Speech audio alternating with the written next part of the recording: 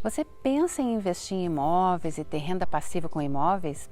Então eu gravei aqui um guia prático para você. Me acompanhe.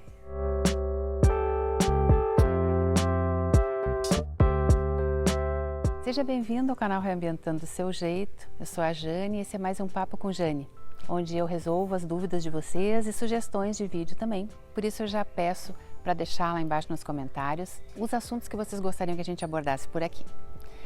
Como a maioria dos meus clientes do escritório são pequenos investidores, são pessoas que investem em imóveis para viver dos aluguéis ou mesmo para vender e construir novamente.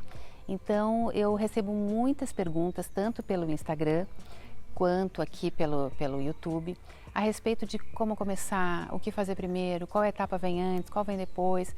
E eu pensei em gravar esse vídeo para ajudar você, para você que está chegando nesse mercado, que nunca fez nenhum tipo de investimento nesse sentido, mas que tem vontade.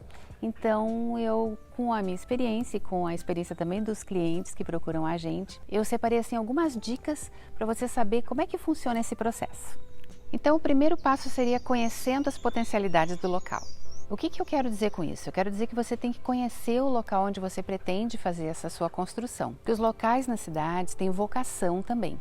Por exemplo, você pega um bairro onde são só apartamentos de 3 quartos, um bairro bem familiar e tal, que às vezes não tem lugar para fazer um estúdio ou uma kitnet, e aí talvez seja um risco investir nesse bairro com esse tipo de imóvel. Então é interessante você ver o que tem na redondeza, se tem faculdade, se tem fábrica, qual é o tipo de público que vai procurar ali o seu imóvel, se você está no lugar certo para aquele tipo de construção que você pensou, se você ali naquele local é melhor construir um galpão, por exemplo, para alugar para a indústria, ou se é melhor construir salas, ou se é melhor fazer um imóvel compacto para estudante ou para trabalhador, ou enfim.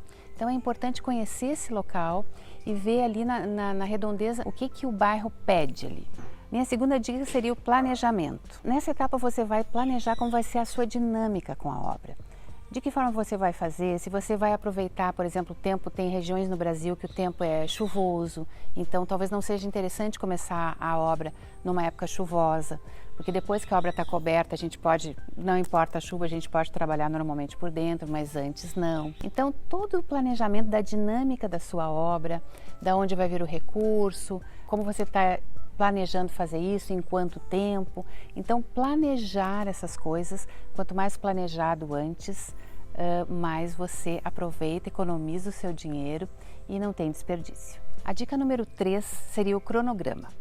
Então o planejamento feito, você precisa ver de onde que vai vir esse recurso. Se você vai precisar guardar esse dinheiro, quanto dinheiro você vai precisar ter para fazer esse investimento?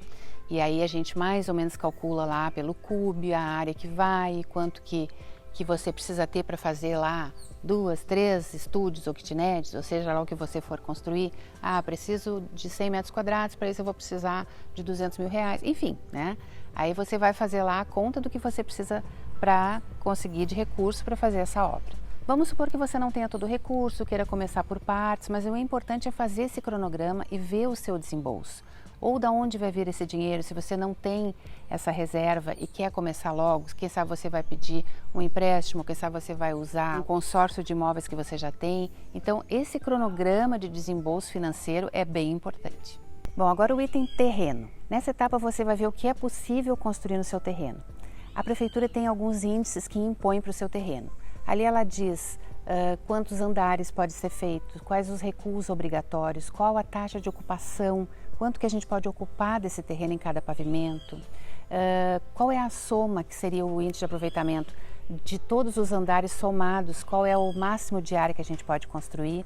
Então o estudo de viabilidade desse terreno, viabilidade técnica, é muito importante para você saber quantas unidades você vai poder fazer. Esses dados estão normalmente no site da prefeitura. Mas algumas pessoas preferem ter mais segurança a respeito da interpretação desses dados. Então, para isso a gente tem um trabalho no escritório que a gente oferece que chama-se estudo de viabilidade. É uma taxinha desse tamanho, mas para você ter a segurança do que realmente pode ser construído nesse terreno. Temos clientes, inclusive, que antes de comprar o terreno, nos pedem estudo de viabilidade de um e de outro para ver qual é o melhor aproveitamento. Porque, infelizmente, tem pessoas que às vezes compram o terreno sem saber o que dá para construir nele e depois tem uma desagradável surpresa de ver que as taxas, os índices são muito restritivos e que a gente pode fazer muito pouca coisa naquele terreno.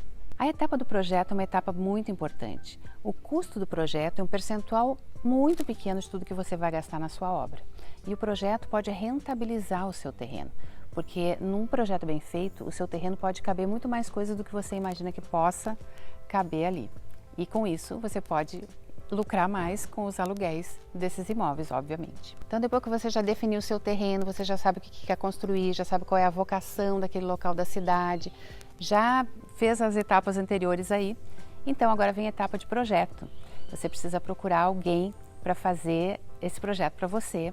O custo do projeto é um custo, uma mínima percentual de tudo que você vai gastar na sua obra, e ele pode lhe ajudar a rentabilizar esse terreno.